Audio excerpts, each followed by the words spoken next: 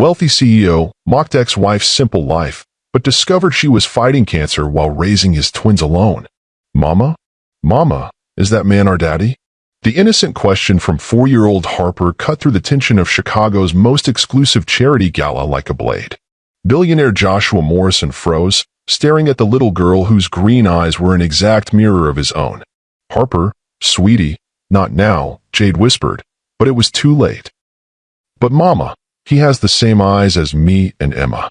Harper's twin sister peeked out from behind Jade's designer gown, her identical green gaze studying the man who'd gone pale as marble. Joshua's voice came out as barely a whisper.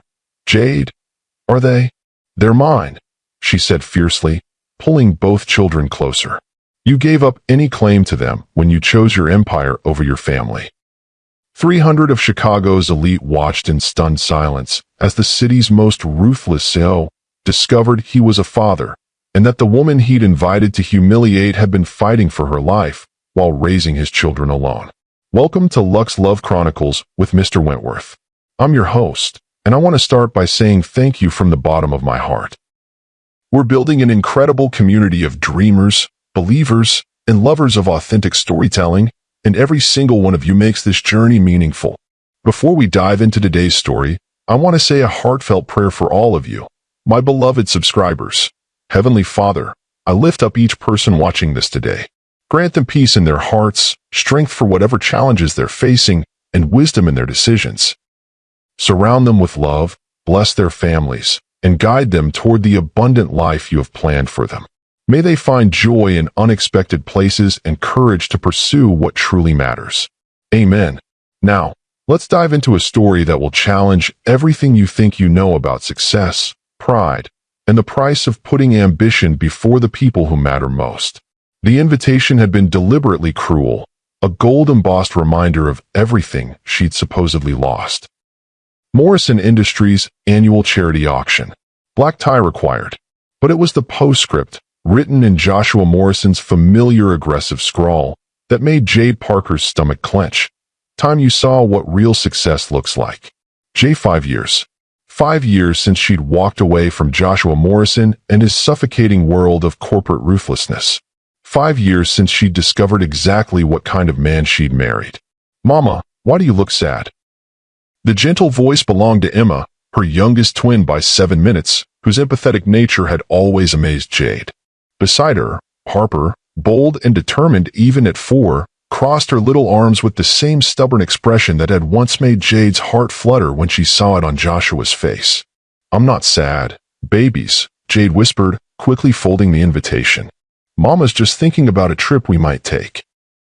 But the truth was far more complicated than her children could understand. She'd spent 5 years building a new life in Portland, working around the clock as a freelance tech consultant while raising 2 brilliant, beautiful children alone. The cancer diagnosis 18 months ago had nearly destroyed everything she'd fought to build. Chemotherapy sessions hidden between school pickups, sleepless nights fighting nausea while her daughters slept peacefully in the next room. But she'd survived. More than survived, she'd conquered. Her phone buzzed with a text from her business partner. The Vancouver deal closed. Your cut is $2.8 million. Congratulations, boss. Jade smiled for the first time in days. Her cybersecurity firm had just landed the biggest contract in company history. The same week Joshua decided to play his petty games. Girls, she called, her voice suddenly filled with steel determination. How would you like to see where Mama used to live? Meanwhile, 40 floors above the Chicago skyline, Joshua Morrison stood at the floor-to-ceiling windows of his penthouse office, watching the city pulse beneath him like a living organism he controlled. At 41, he commanded respect through a deadly combination of brilliant strategy and ruthless execution. His broad shoulders filled his custom Italian suit perfectly, and his dark hair was threaded with silver that only made him more distinguished. The Peterson acquisition is finalized, his assistant Rachel announced, entering with her usual efficiency. Stock prices are up 15%, and the Wall Street Journal wants an exclusive about your expansion into renewable energy. Schedule it for next week, Joshua replied without turning from the window. His reflection stared back at him, successful, powerful, untouchable. What about tonight's guest list? 400 confirmed.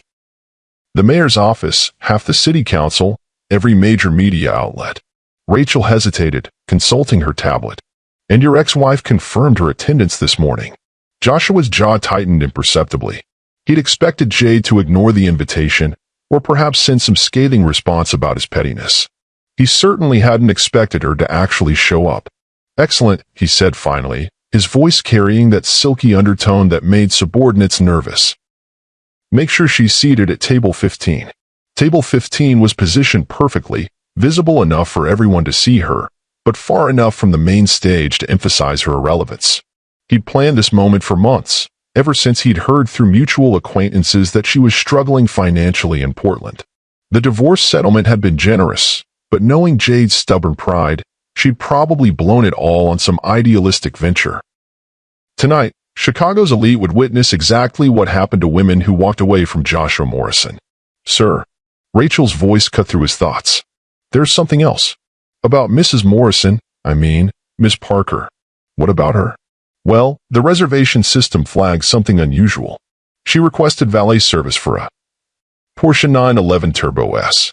Joshua turned from the window, his eyes narrowing. A Porsche 911 Turbo S cost more than most people's annual salary. Are you certain? I triple-checked. She specifically requested our premium valet service. For the first time in months, Joshua felt something that might have been unease, but he quickly dismissed it. Jade had probably borrowed the car, or was dating someone wealthy enough to loan it to her. Either way, it would only make her fall from grace more spectacular. Perfect, he murmured. Make sure the photographers get good shots of her arrival. What Joshua didn't know was that at that very moment, Jade Parker was stepping out of a Beverly Hills boutique with 2 garment bags containing custom designer gowns, one for herself, and smaller matching ones for her daughters. Are those really for us, Mama? Harper asked, her eyes wide with excitement. They're so pretty, Emma whispered, touching the silk fabric with reverent fingers. Sometimes, girls, we dress up to remind people who we really are, Jade said, kneeling to their level. And tonight, we're going to show Chicago that the Parker women are a force to be reckoned with. The truth was, Jade had evolved far beyond the woman Joshua had married 7 years ago.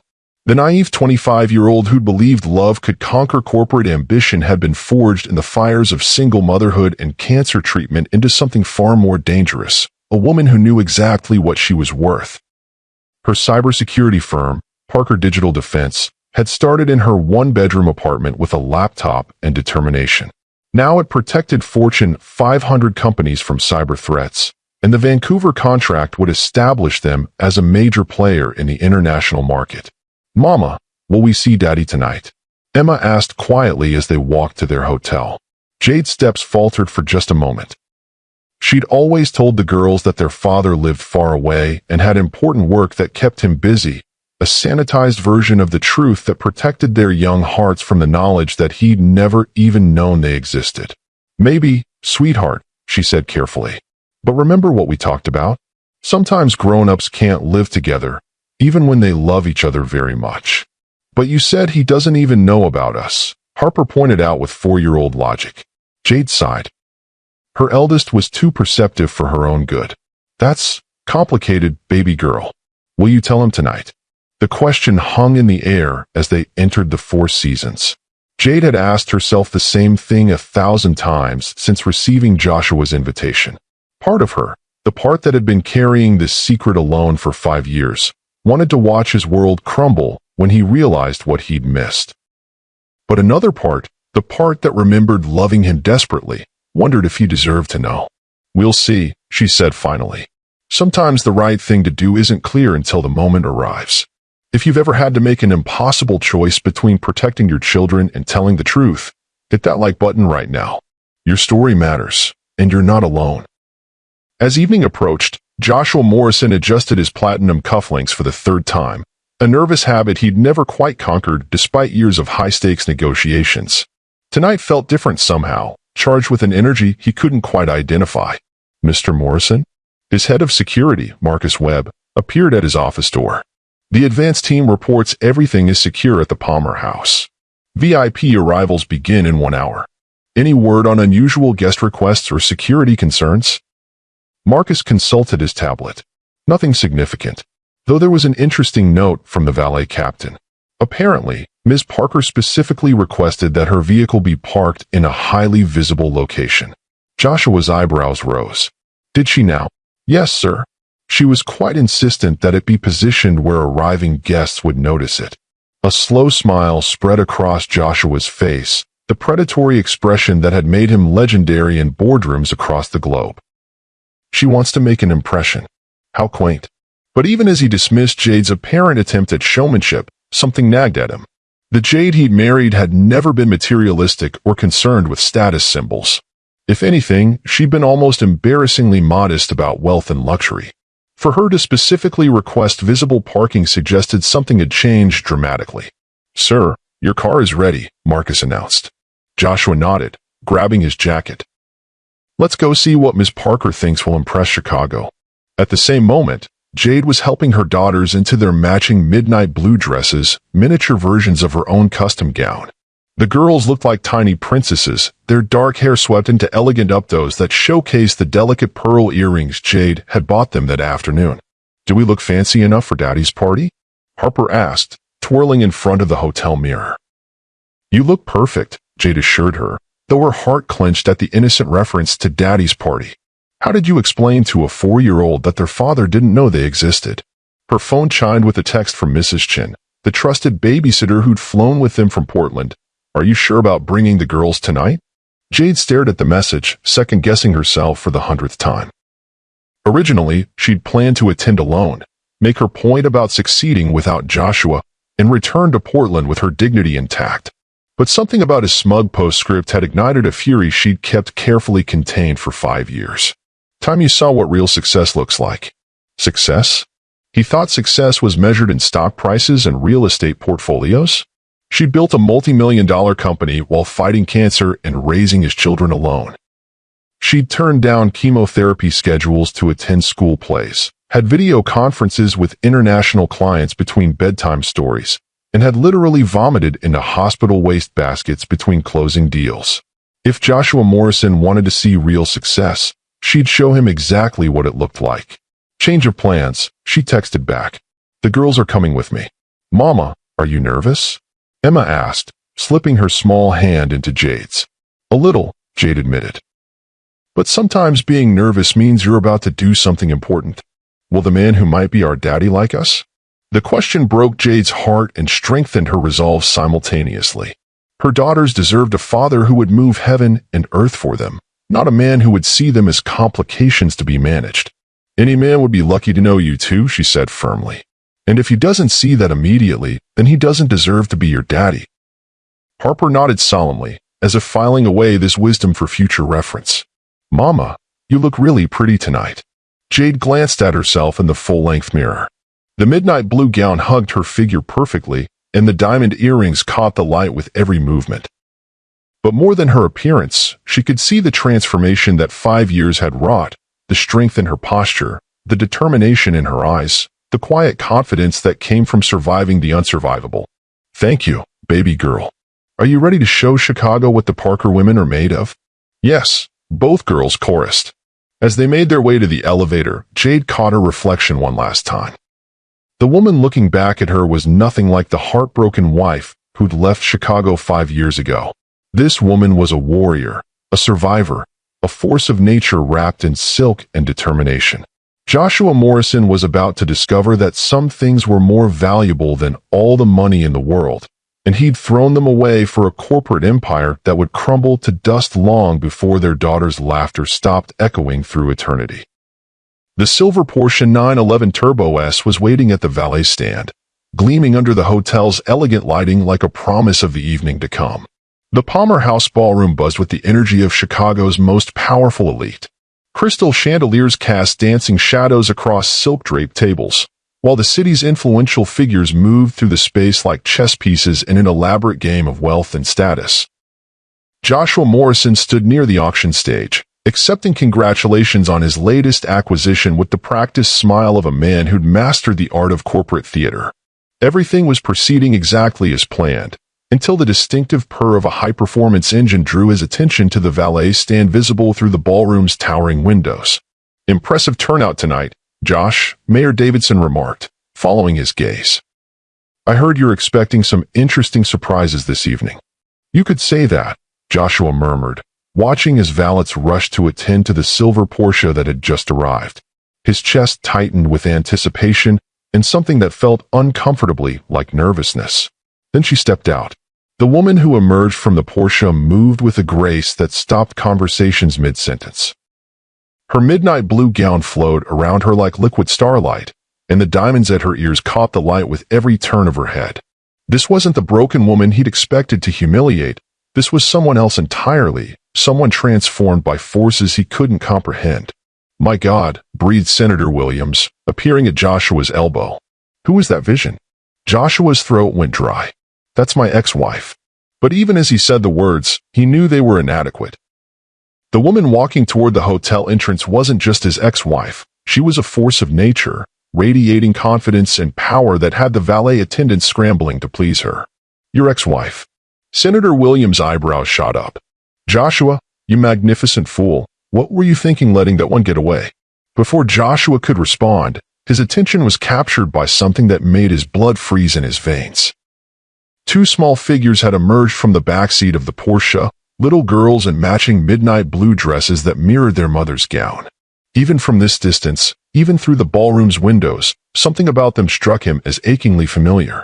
"Rachel," he called sharply to his assistant, who appeared instantly at his side. "I need you to," but his words died as the trio approached the ballroom entrance. The girls were perhaps 4 years old, with dark hair swept into elegant updos and an unmistakable bearing that spoke of good breeding and careful nurturing. But it was their eyes, those distinctive green eyes with gold flecks, that made Joshua's world tilt dangerously off its axis. "Sir." Rachel's voice seemed to come from very far away. "Are you all right?" Joshua couldn't answer. He couldn't breathe. Because those eyes, those unmistakable Morrison eyes, were looking around the ballroom with curious wonder, and the mathematics was devastating in its simplicity. 4 years old. Jade had left him 5 years ago, but these children were only 4. Which meant, "Jesus Christ," he whispered. "Mr. Morrison?"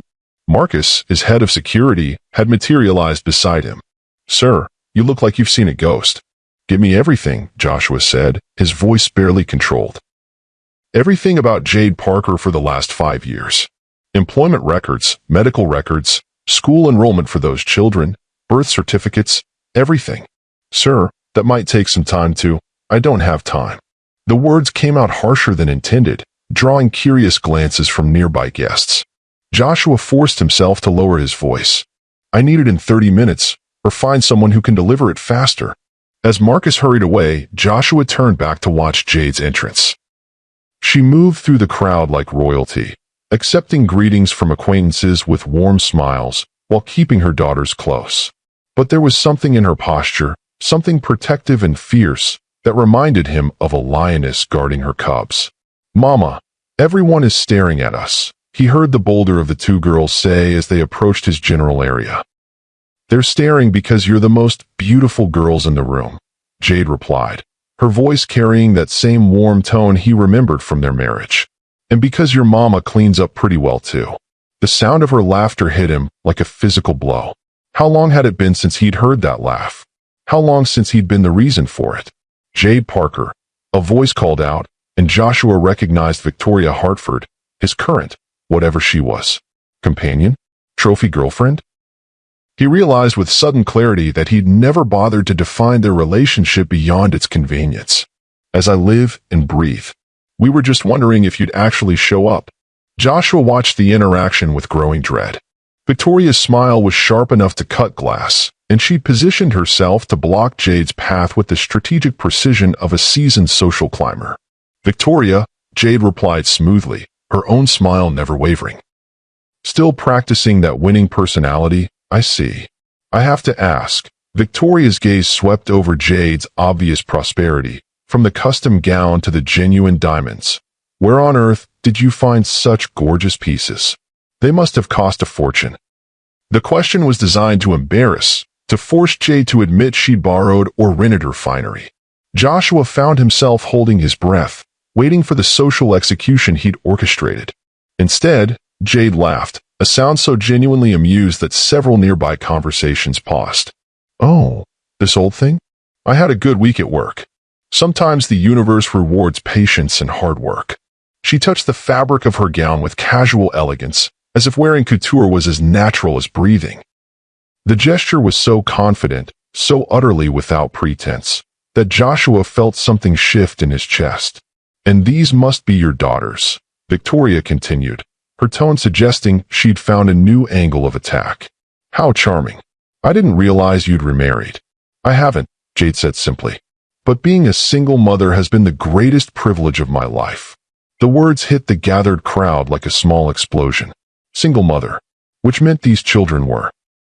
Joshua found himself moving before conscious thought took over, drawn by a magnetic force he couldn't resist. As he approached, one of the little girls looked up at him with curious eyes, and the world stopped spinning. "Hello," she said with the fearless directness of childhood. "Are you the man who made Mama sad?" The question came from the bolder twin, and it hit Joshua like a sledgehammer to the chest. Before he could respond, Jade's hand settled protectively on the child's shoulder. "Harper, what did we discuss about talking to strangers?" "But Mama, he has the same eyes as me and Emma." The little girl, Harper, studied Joshua with unsettling intensity. "Are you our daddy?" The ballroom fell silent. 400 of Chicago's most powerful people stopped their conversations, their negotiations, their social maneuvering, to witness this moment of truth unfolding before them. Joshua knelt slowly, bringing himself to Harper's eye level. Up close, the resemblance was undeniable, not just the eyes, but the determined set of her jaw, the way she tilted her head when thinking, even the stubborn cowlick that no amount of styling could tame. "What's your name, sweetheart?" he asked, his voice rough with emotion.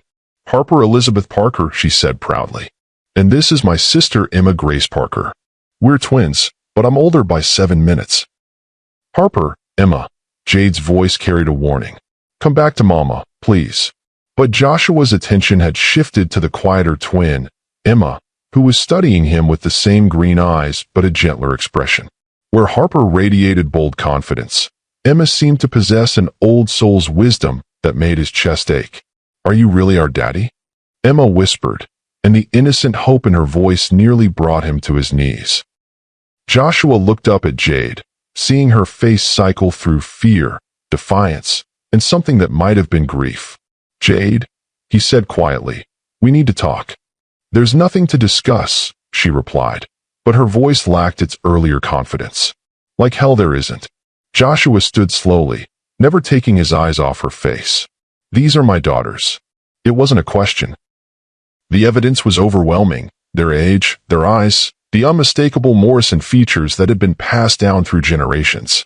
But more than that, he could feel it in his bones, in some primal recognition that defied logic. "They're my daughters," Jade corrected fiercely. "I carried them. I delivered them. I've raised them every day of their lives, while keeping them from their father, while protecting them from a man who sees everything as a transaction." The words exploded from her with 5 years of pent-up fury. "Do you think I didn't know what you'd do? How you'd use them to control me, to drag me back into this poisonous world?" The confrontation was drawing every eye in the ballroom, phones appearing as society photographers sensed the story of the decade unfolding before them. Joshua was dimly aware of the spectacle they were creating, but for the first time in his adult life, he didn't care about public perception or damage control. "You had no right to make that choice for me," he said, his voice carrying dangerous undertones. "I had every right to protect my children from a father who would see them as leverage." "Our children," Joshua corrected, stepping closer. "And you're damn right I would have used every resource at my disposal to keep my family together." "See?" Jade's laugh was bitter. "Even now, you're talking about using them. Not loving them, not cherishing them, using them. Mama?" Harper's small voice cut through the adult fury. "Why are you and the man yelling?" The question hit them both like cold water. Jade immediately knelt to Harper's level, her expression softening as she gathered both girls close. "We're not yelling, sweetheart. We're just having a grown-up conversation." "But you look scared," Emma observed with that unsettling perceptiveness. "Are you scared of the man with our eyes?" Joshua felt something crack inside his chest. These beautiful, innocent children were afraid because of him, because of the anger and pain radiating from the adults around them. "No, baby girl," Jade said softly. "Mama's not scared. Sometimes grown-ups have to talk about complicated things." "Is he our daddy?"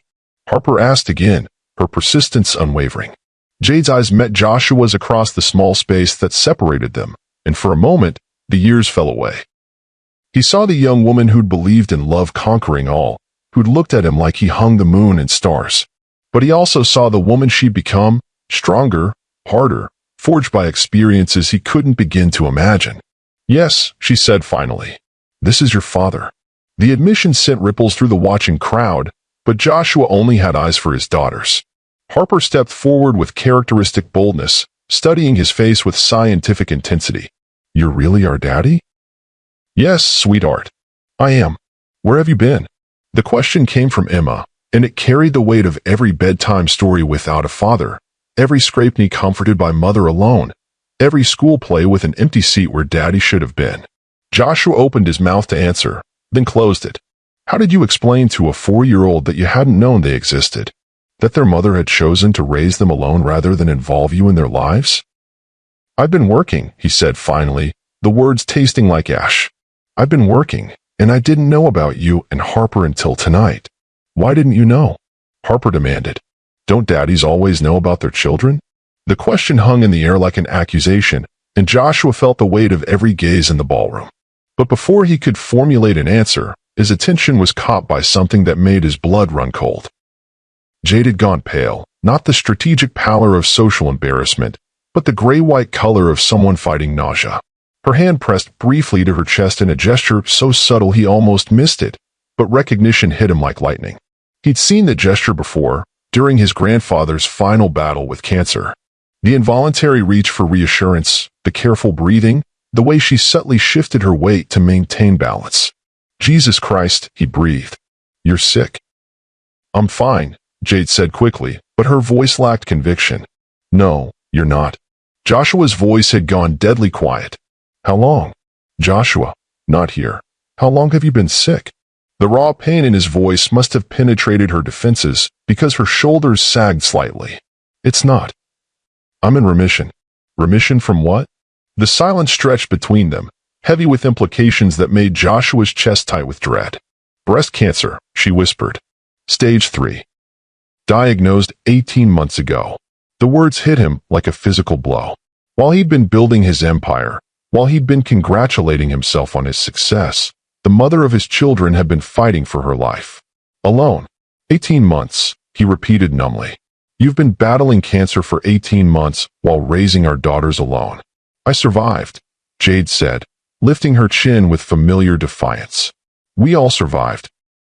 But Joshua wasn't listening to her words. He was seeing the slight thinness in her face that he'd attributed to stress, the way she unconsciously favored her left side, the almost imperceptible tremor in her hands that spoke of recent trauma. "Why didn't you call me?" The question came out raw, desperate. "Why didn't you let me help?" "Because you made it very clear that we weren't your priority anymore. You were always my priority." The words exploded from him with such force that nearby guests stepped back. "You and now them, you're the only things that have ever mattered.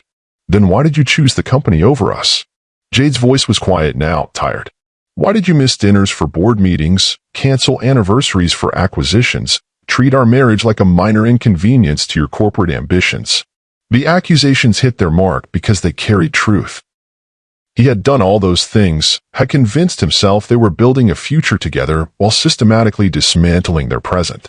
"I was trying to build something worthy of you," he said weakly. "I never asked you to build anything except a life with me." Around them, the charity gala continued its elegant charade, but Joshua was dimly aware that they'd become the evening's main entertainment. Camera phones were discreetly documenting the drama, and he could already imagine the headlines that would dominate tomorrow's society pages. But for the first time in his adult life, he didn't care about the optics. Standing before him were the 3 most important people in his world, and he'd spent 5 years not knowing 2 of them existed. "Mama," Harper tugged at Jade's dress, "can we get something to eat? I'm hungry." The mundane request broke through the adult drama, reminding them that regardless of the emotional devastation being wrought, there were still 2 small people who needed care and attention. "Of course, baby girl," Jade said, her maternal instincts overriding everything else. "Let's find the children's buffet." "Wait," Joshua said desperately. "Please, don't leave." "Not yet." Jade studied his face, and something in his expression must have reached her, because she nodded slowly. 15 minutes. "But if this becomes too much for them, we're gone." "Understood." If you've ever discovered a truth that changed everything you thought you knew about your life, comment below and share your story. Sometimes the most devastating revelations lead to the most beautiful transformations.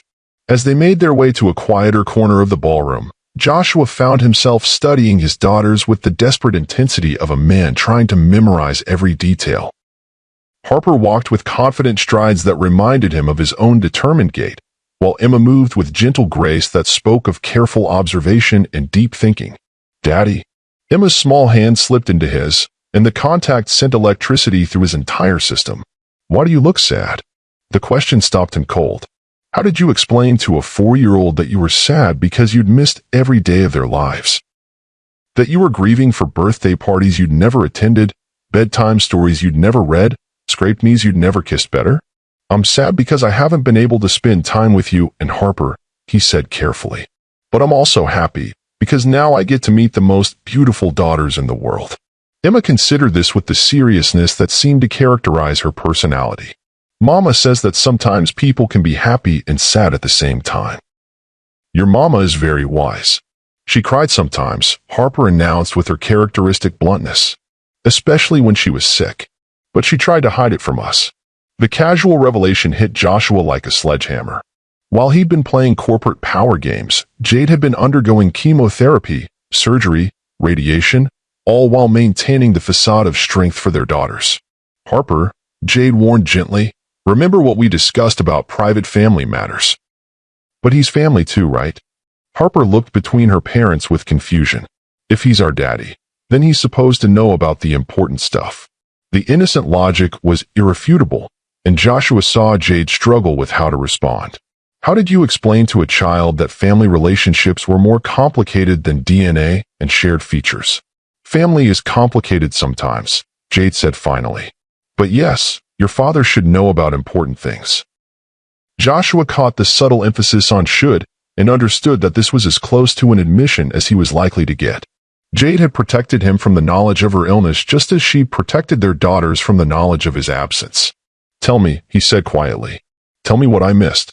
Jade's eyes searched his face, looking for something, sincerity, perhaps, or genuine remorse. Whatever she found there must have satisfied her, because she began to speak in low tones while the girls explored the elaborate ice sculptures that decorated the buffet area. "The diagnosis came during Emma's 3rd birthday party," she said, her voice clinical and detached. "I'd been feeling tired, run down, but I attributed it to single parenthood and building the business. When I finally went for a checkup, they found a lump." Joshua's hands clenched involuntarily, but he remained silent, understanding that interruption would break the fragile thread of communication. "Stage 3, she continued. "Aggressive, but caught before metastasis. The oncologist recommended immediate surgery followed by chemotherapy and radiation." "Jesus, Jade, I had the surgery on a Thursday, told the girls I was having a minor procedure, and was back to work the following Monday. Couldn't afford to lose clients during treatment." The casual way she mentioned working through cancer surgery made Joshua's chest burn with shame and admiration in equal measure. This woman, his ex-wife, the mother of his children, was a warrior beyond anything he'd ever imagined. "The chemotherapy was," she paused, searching for words, "brutal. I scheduled sessions for when the girls were at preschool, had Mrs. Chun pick them up on the bad days. They thought I had the flu a lot. How did you hide it from them?" "Wigs, makeup, sheer force of will." Her smile was brittle. "Amazing what you can accomplish when failure isn't an option." Joshua thought about his own challenges during the same period, board meetings, acquisition negotiations, market fluctuations that had kept him awake at night. Compared to Jade's battle, his struggles seemed pathetically insignificant. "When did you finish treatment?" 6 months ago. Clean scans, good blood work, officially in remission." She touched her chest unconsciously, that gesture he'd noticed earlier. "But you never really stopped waiting for the other shoe to drop. And the girls never knew?" They knew Mama was sick sometimes, but not how sick. Children that age can't process the concept of mortality without it consuming their sense of security. Joshua nodded, understanding the protective instinct that had driven her silence. But understanding didn't diminish the pain of knowing she'd faced the fight of her life without support, without him. "I should have been there," he said, the words inadequate but necessary. "Whatever happened between us, I should have been there for them. For you. You couldn't be there if you didn't know we existed. Whose fault is that?" The question came out harsher than intended, and he immediately regretted the accusatory tone. Jade's eyes flashed with familiar fire. "Mine. It's my fault, Joshua. I made the choice to protect my children from a father who saw everything as a business transaction. There are children, and you had no right to make that choice unilaterally. I had every right to protect them from becoming pawns in your corporate games." Their voices had risen despite efforts to maintain discretion, and Joshua noticed other guests beginning to stare again. But before he could respond, a small hand tugged at his jacket. "Daddy?" Emma looked up at him with concerned eyes. "Are you going to fight with Mama?" The question stopped both adults cold. Joshua knelt to Emma's level, forcing himself to modulate his tone and expression. "No, sweetheart. Mama and I are just talking about grown-up things. Sometimes grown-ups need to have serious conversations. But you look angry," Harper observed, appearing at Emma's side with a small plate of hors d'oeuvres. "Are you angry at us?" "Never," Joshua said fiercely. "I could never be angry at you or your sister. You're the most precious things in my world. But you just met us," Emma pointed out with devastating logic. The observation hit him squarely in the chest. "How did you explain love at first sight to a 4-year-old? How did you describe the instant, bone-deep recognition that these small people were pieces of your soul walking around outside your body?" "Sometimes," he said carefully, "love doesn't need time to grow.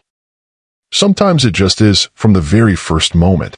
Emma considered this with her characteristic seriousness, while Harper munched thoughtfully on a canopy that probably cost more than most people's lunch. "Do you love Mama too?" Harper asked with typical directness. The question hung in the air between them, and Joshua found himself looking at Jade over their daughters' heads. She was watching him with an expression he couldn't quite read, wariness mixed with curiosity, pain shadowed by something that might have been hope. "I never stopped loving your mama," he said quietly, the words meant for Jade as much as for their daughters. "Even when we couldn't live together, even when I made terrible mistakes, I never stopped loving her." Jade's breath caught audibly, and he saw her hand tremble slightly before she clasped it behind her back. "Then why don't you live with us?" Emma asked with the relentless logic of childhood.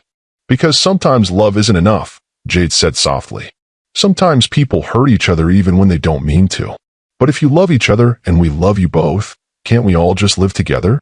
Harper's question carried the innocent hope that problems could be solved through simple addition. Joshua felt something crack open inside his chest. "I would like that more than anything in the world," he said honestly. "But it's complicated. Grown-ups always say things are complicated," Harper observed with mild disgust. "Maybe they'd be less complicated if grown-ups just said what they meant." From the mouths of babes. Joshua caught Jade's eye and saw his own thought reflected there. Their daughter had just delivered a wisdom that could reshape their entire relationship.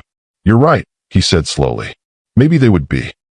Share this video if you believe that children often see solutions that adults miss because they haven't learned to overcomplicate love. The moment was interrupted by the arrival of Marcus, Joshua's head of security, who approached with the discretion of a man accustomed to delivering sensitive information in public settings. "Sir," he murmured, leaning close to Joshua's ear, "I have that information you requested." Joshua glanced at Jade, who was watching the exchange with growing suspicion. "Not now. Sir, with respect, you need to see this immediately." The urgency in Marcus's voice was unmistakable. Joshua looked between his security chief and his family, torn between the need for information and the fragile moment they'd been building. "What information?" Jade asked, her maternal instincts clearly triggered by the mysterious conversation. Joshua hesitated, then made a decision that would have shocked his younger self. "Marcus has been gathering details about your life for the past 5 years. I wanted to understand what I'd missed. Most people would have been furious about the invasion of privacy, but Jade simply nodded as if she'd expected as much. And what did you discover? Marcus glanced between them uncertainly before Joshua nodded permission to speak. Ma'am, if I may, your accomplishments over the past 5 years are extraordinary. Parker Digital Defense has contracts with 6 Fortune 500 companies, and your personal net worth has increased by over 3,000% since your divorce. Jade's eyebrows rose. You've been very thorough. But ma'am, Marcus continued, his voice gentle, the medical records we accessed show that you declined several treatment options that might have improved your prognosis. Specifically, you refused a more aggressive chemotherapy protocol that would have required extended hospitalization. Joshua felt the blood drain from his face. You refused treatment? I refused treatment that would have separated me from my daughters for weeks at a time, Jade corrected. I chose a protocol that allowed me to remain functional as their mother, even if it meant compromising your recovery. My recovery was meaningless if it came at the cost of their emotional well-being. The simple statement hit Joshua like a physical blow.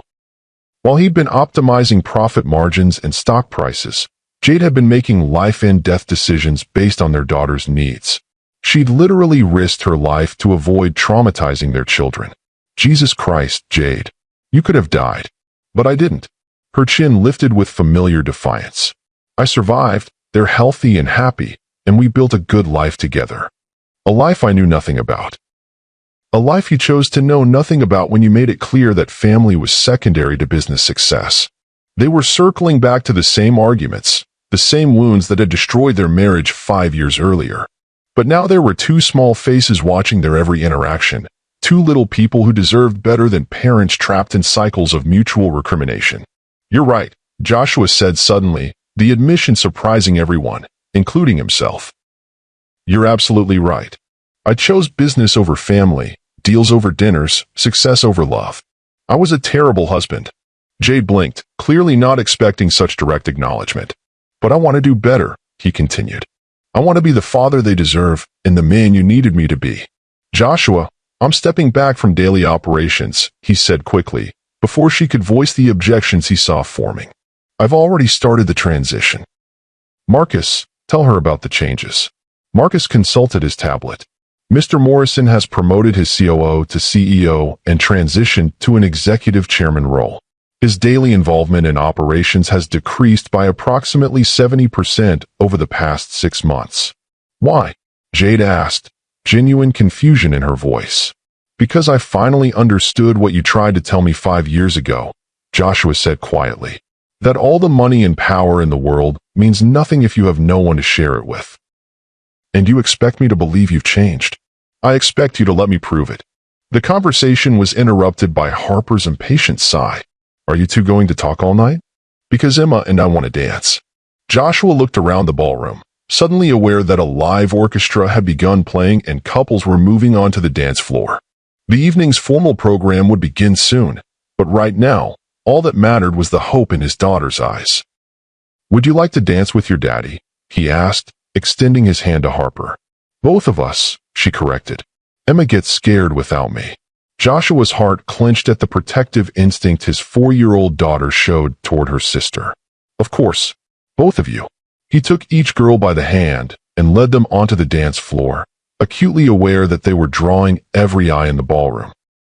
But for the first time in his adult life, he didn't care about the spectacle or the social implications. All that mattered was the feel of his daughter's small hands in his, the sound of their laughter as he lifted them to dance on his feet. Daddy, you're really tall, Emma giggled as he spun them gently. And you're both really light, he replied, marveling at how perfectly they fit in his arms. From the edge of the dance floor, Jade watched the scene with emotions too complex to name. Part of her wanted to protect her daughters from the possibility of disappointment, from the risk of loving a father who might prioritize other things when the novelty wore off. But seeing them together, seeing the wonder in their eyes and the careful gentleness in Joshua's movements, she felt something that might have been hope beginning to bloom in her chest.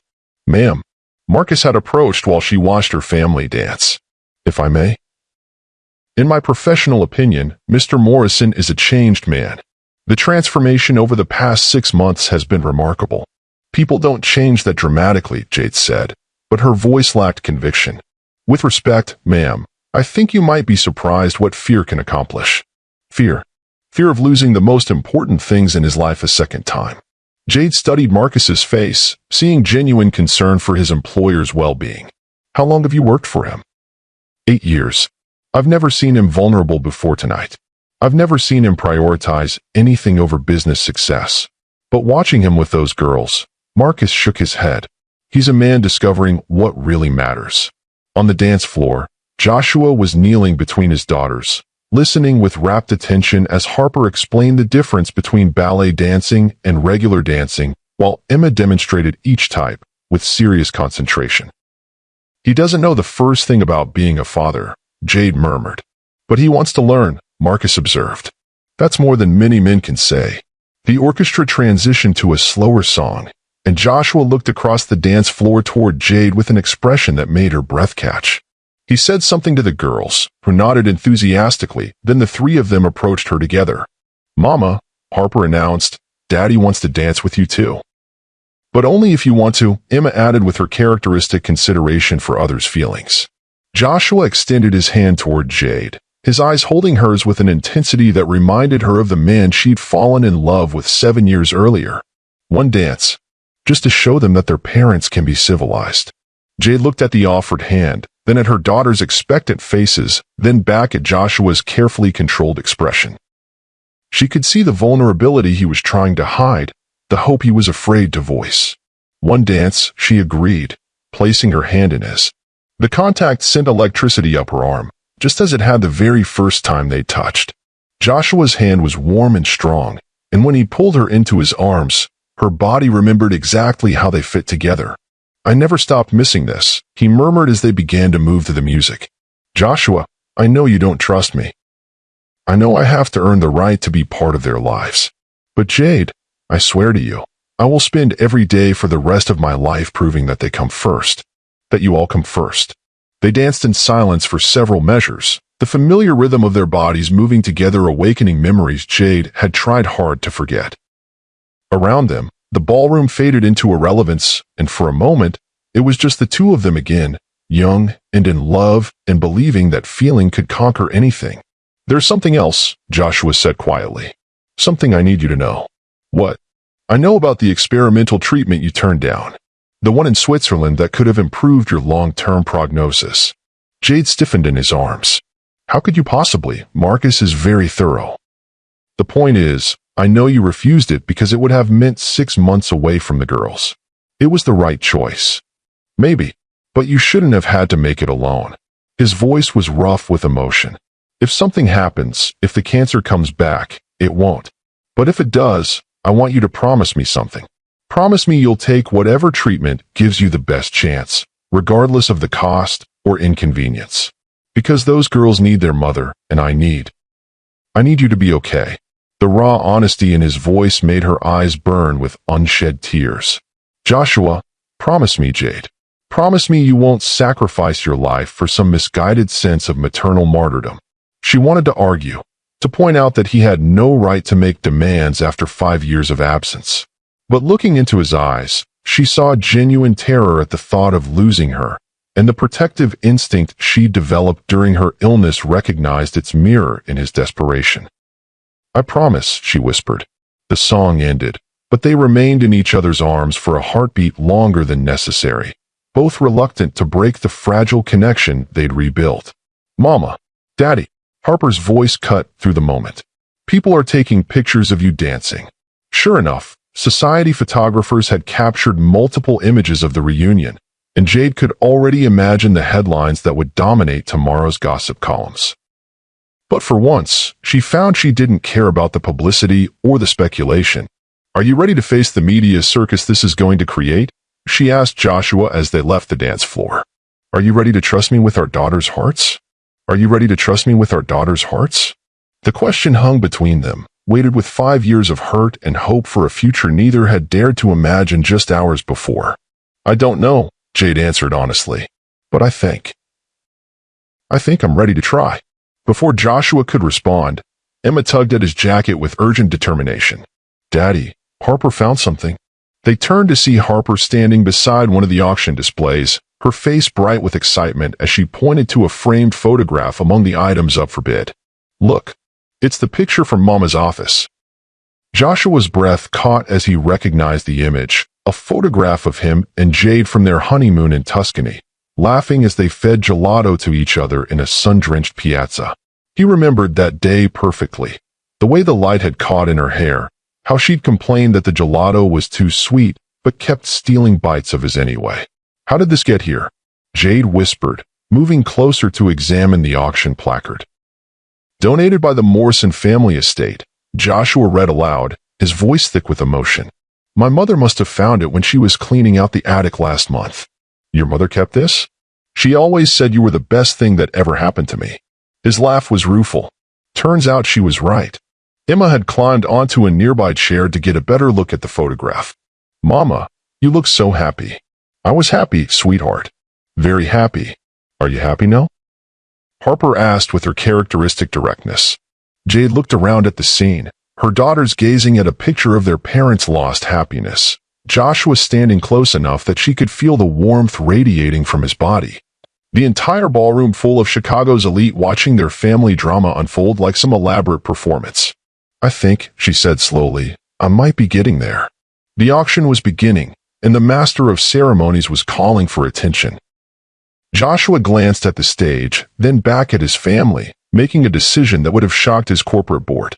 "Marcus," he called to his security chief, "I need you to bid on lot 73. "The photograph, sir? What's your maximum?" Joshua looked at Jade, seeing the understanding dawn in her eyes. "Whatever it takes." "Sir, I should mention that several other parties seem interested in that particular item. The bidding could go quite high. Then make sure we win." As the auctioneer reached their lot, Joshua watched the bidding escalate with detached amusement. Apparently, the drama they'd provided had made the photograph a coveted piece of gossip memorabilia. But when Marcus raised the final winning bid of $50,000, Joshua felt a satisfaction that had nothing to do with money. "Daddy," Emma said quietly, "why did you buy the picture?" "Because some things are worth more than money, sweetheart. Some things are priceless." The evening was winding down, and guests were beginning to filter toward the exits. Joshua found himself reluctant to let this night end, afraid that daylight would bring back all the complications they'd managed to set aside in the magic of rediscovery. "What happens now?" he asked Jade as they collected their things. "Now I take my daughters back to our hotel, and you go back to your life." "And then?" She was quiet for a long moment, watching Harper and Emma say goodbye to the ice sculptures with a gravity that children brought to all farewells. "Then you can call me," she said finally. "And maybe we can figure out how to be a family." "A family," Joshua repeated, as if testing the word. "It won't be easy," Jade warned. "They're going to have questions, expectations. And I'm going to have rules, lots of them. I wouldn't expect anything less." "And Joshua?" She turned to face him fully, her expression serious.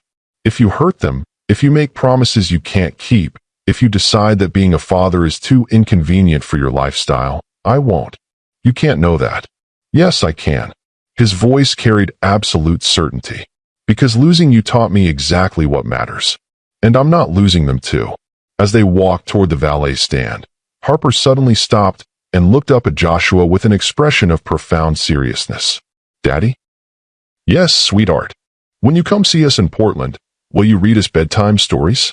The innocent request hit him harder than any boardroom confrontation ever had. "I would love to read you bedtime stories. Emma likes the ones with princesses, but I like the ones with dragons.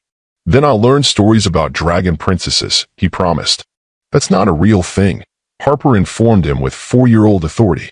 "Then I'll write some," Joshua said, surprised by his own words. "I'll write stories about brave princesses who ride dragons and go on adventures." Emma's eyes went wide with wonder. "You can write stories?" "I can learn," he said, looking at Jade over their heads. "I can learn to do lots of things I never thought I'd need to know." The valet brought the Porsche around, and Joshua found himself helping buckle his daughters into their car seats for the first time. Such a simple thing, but the trust they showed him, the way they lifted their arms to help him with the straps, the casual way Emma handed him her stuffed rabbit to hold, made his chest tight with emotion. "Drive carefully," he said to Jade as she settled behind the wheel. I always do when I have precious cargo. When can I see them again? Call me tomorrow. We'll figure it out. As the Porsche pulled away from the Palmer house, Joshua stood on the sidewalk watching the taillights disappear into Chicago traffic. For the first time in 5 years, he felt something he'd almost forgotten existed: hope. His phone buzzed with a text from his COO. How did the gala go? Any major developments I should know about? Joshua looked back at the hotel, where the charity auction was still making headlines and society photographers were undoubtedly uploading images of the evening's drama. Tomorrow, every gossip column in the city would be speculating about the billionaire CEO who discovered he was a father in front of 400 witnesses. Major developments, he texted back. I'll brief you Monday. Tonight, I became a dad. He didn't wait for a response. Instead, he walked to his own car, his mind already racing with plans. He needed to learn about 4-year-olds, about bedtime routines and favorite foods, and how to braid hair. He needed to find out what school his daughters attended, what they liked to do on weekends, whether they'd ever been to Disneyland. Most importantly, he needed to prove to Jay that he meant every word he'd said tonight, that he was ready to be the man she'd needed him to be, the father his daughters deserved. The billionaire CEO who'd invited his ex-wife to humiliate her had discovered something more valuable than all his acquisitions combined: a family worth fighting for, and a second chance he'd never expected to receive. If this story reminded you that it's never too late to choose love over pride, family over fortune, and second chances over old wounds, subscribe to Lux Love Chronicles for more stories that touch the heart and inspire the soul. Because sometimes the greatest success isn't measured in dollars, it's measured in the love that surrounds you when everything else falls away. And remember, my dear viewers, true wealth isn't what you accumulate, it's what you're willing to give up for the people who matter most.